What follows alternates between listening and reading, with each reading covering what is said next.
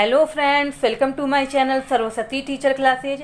आज का टॉपिक है हमारा परिवेश, यानी उत्तर प्रदेश का किस तरह से प्राकृतिक बनावट है, वहाँ के रहन सहन क्या है, वहाँ के काम काज क्या है, उसके बारे में बात करेंगे। तो उससे पहले आप चैनल पे नए हैं तो चैनल को सब्सक्राइब करें और साथ में बेल आइकन को प्रेस करें ताकि समय समय पे मेरी वीडियो का नोटिफिकेशन आपको मिलता रहे। पहला टॉपिक है कि उत्तर प्रदेश के प्राकृतिक भूभाग को 3 भागों में बांट सकते हैं। तो आप सभी को पता है जो उत्तर प्रदेश की बनावट है वो कहीं पर ऊंचा है और कहीं पर नीचा है और कहीं पर समतल है। तो उसी के अनुसार भूभाग को 3 भागों में बांटा गया है। कौन से 3 भागों में बांटा गया है? तो पहला है भाबर एवं तराई का भाग, दूसरा है गंगा यमुना का मैदानी भाग और तीसरा है दक्षिण का पठारी भाग। ये पूरा का पूरा जो उत्तर प्रदेश होता है उसको इन 3 भागों में बांटकर आप अच्छे से समझ सकते हैं।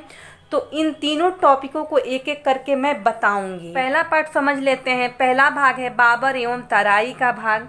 अब ये भाबर और तराई क्या होता है? तो जैसे आप सभी को पता है जो उत्तराखंड है, यानी जो ऊपर की साइड है उत्तर प्रदेश का, वो पहले भाग हुआ करता था, लेकिन अब वो उत्तर प्रदेश का भाग हुआ करता है। उसके अलग करके उत्तराखंड में चला गया और उत्तर प्रदेश को सेपरेट कर दिया गया, मतलब उत्तराखंड को एक अलग राज्य स्थापित कर दिया गया था, लेकिन पहले वो उत्तर प्रदेश हुआ करता था। तो कई क्वेश्चन वहाँ से पूछे जाते हैं। तो याद रखिएगा, उत्तर प्रदेश का जो भाग अलग किया गया था, जो अधिकतर नदियाँ होती हैं वो उसी भाग से निकल कर आती हैं।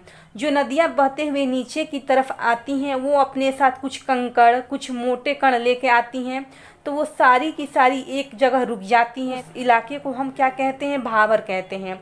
और वहाँ से जो पानी निकलता है और पानी अपने साथ छनी हुई बारीक मिट्टी लेके आती है, जो अपने साथ गंदगी जैसा भाग होता है, उसको हम तराई कहते हैं। अगर शाब्दिक अर्थों में कहा जाए तो नदियाँ पहाड़ों से लाए रोड़े पत्थरों व मोटी मिट्टी को इस भाग में जमा कर देती है।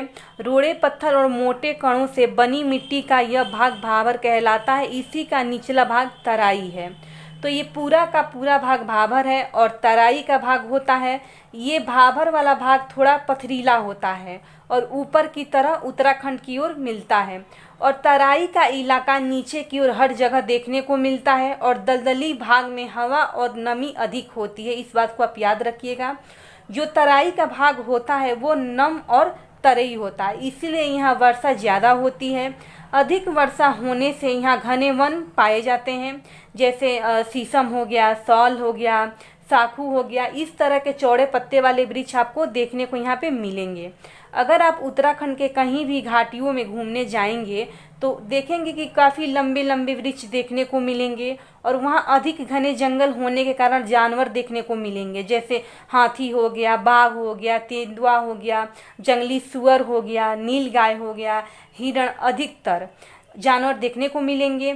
तो वहाँ पे इन चीज़ों को देखने के लिए, चीज़ों को संरक्षण करने के लिए सरकार ने वहाँ एक वन विहार बनवाया था, जिसे नेशनल पार्क भी हम कह सकते हैं, जिसका नाम दिया गया था दुधवा नेशनल पार्क। ओके, ये सरकार द्वारा बनवाया गया था। नेशनल पार्क है जो उत्तर प्रदेश में है और जानवरों के संरक्षण के लिए बनवाया गया था, जिसको देखने के लोग दूर दूर से आते हैं। इसीलिए इसे उद्यान को पर्यटन स्थल भी कहा जाता है। ये मोस्ट इम्पॉर्टेंट है, इसे आप याद रखिएगा।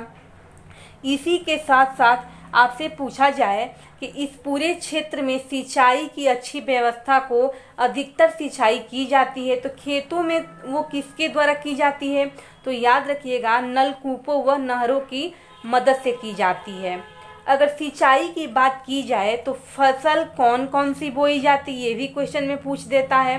तो जैसे गन्ना हो गया, धान हो गया, गेहूं हो गया, इस प्रकार के फसल यहाँ पर खूब बड़े पैमाने में पैदावार होते हैं। और आपसे पूछा जाए कि गन्ने से चीनी बनाई जाती है, उसकी बहुत सारे मिलें हैं, वो कहाँ पे पाई जाती हैं? तो भाबर और तराई के इलाके में अधिकतर चीनी की मिलें देखने को मिलती हैं।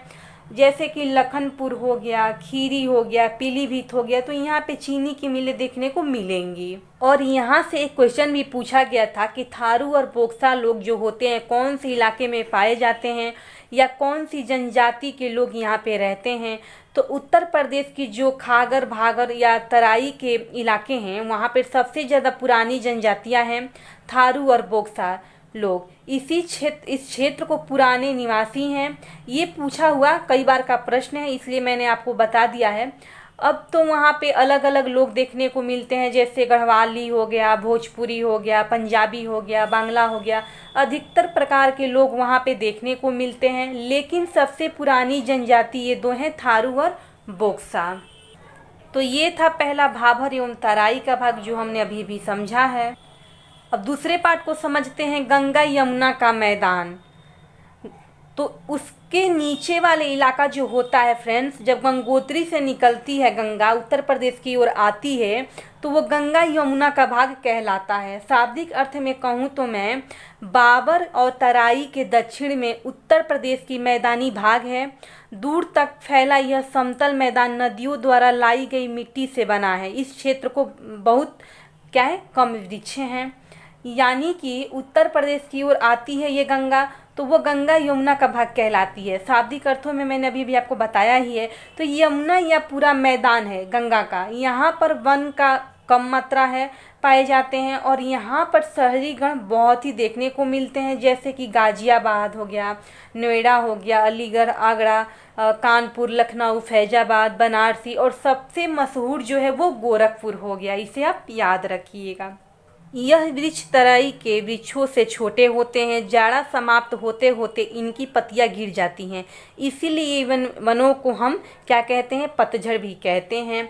वहाँ के वृक्षों से यहाँ के वृक्ष क्या होते हैं, छोटे होते हैं। जो जाड़ यानी जाड़ का महीना, सर्दियों का महीना जो होता है जब समाप्त होता है तो इनकी पत्तियां गिरने लग जाती है, इसीलिए इनको हम पतझड़ वन भी कहते हैं। और यहाँ पर भी सिंचाई सेम भाबर और तराई के इलाकों में नलकूपों और नहरों द्वारा किया जाता था। यहाँ पर भी नहरों द्वारा ही किया जाता है। और प्रदेश में सबसे ज़्यादा धान, गेहूँ और इस क्षेत्र के प्रमुख नकदी फसल यानी गन्ना इसी भाग से होती है। इसी के साथ साथ पूछा जा चुका है क्वेश्चन है, जो पश्चिमी उत्तर प्रदेश है वहाँ पर किस प्रकार की बोली बोली जाती है। तो खड़ी बोली और ब्रज भाषा बोली बोली जाती है। और पूछ दे कि अगर मध्य कह दे कि मध्य भाग में कौन सी बोली बोली जाती है, तो ये भी आपको पता है कि अवधी लिखा है और भोजपुर लिखा है। तो जो मध्य उत्तर प्रदेश में है वो अवधी बोली बोली जाती है और पूर्वी उत्तर प्रदेश में भोजपुरी बोली बोली जाती है। अब बात करते हैं तीसरे पार्ट की, दक्षिण का पठार। यानी शाब्दिक अर्थ में जमीन से ऊंचे उठे समतल मैदान को पठार कहते हैं। गंगा के मैदान के दक्षिण में इस प्रदेश का पठारी भाग है। इस भाग को में जगह जगह छोटी पथरीली पहाड़ियां हैं। तो यहाँ पर जो पर्वत होते हैं, जो पठार होते हैं वो इतने ऊंचे नहीं होते हैं, पथरीली पहाड़ियाँ होती हैं, कहीं कहीं पर पाई जाती हैं, जो कि ऊबड़ खाबड़ इलाके हैं। ये इम्पोर्टेंट क्वेश्चन है। और जो इस भाग में आपको मिट्टी देखने को मिलेगी वो लाल मिट्टी और काली मिट्टी अधिक मात्रा में देखने को मिलेंगी। इसी के साथ साथ पूछ दे कि वन एवं वन जीवों के सुरक्षा के लिए सरकार द्वारा इस इलाके में क्या बनवाया गया था। तो कैमूर वन जीवन विहार स्थापित किया गया था। अगर आपसे पूछा जाए कि कैमूर वन जीवन विहार कहाँ स्थापित किया गया है तो उत्तर प्रदेश में। अगर आपसे पूछा जाए कि कहाँ किया गया है उत्तर प्रदेश में, तो मिर्ज़ापुर के सोनभद्र जिले में इसे स्थापित किया गया है। आई होप कि आपको मेरी वीडियो अच्छी लगी होगी, तो ज़्यादा से ज़्यादा शेयर और सब्सक्राइब करिए। मिलते हैं नेक्स्ट वीडियो में, तब तक के लिए thank you so much friends.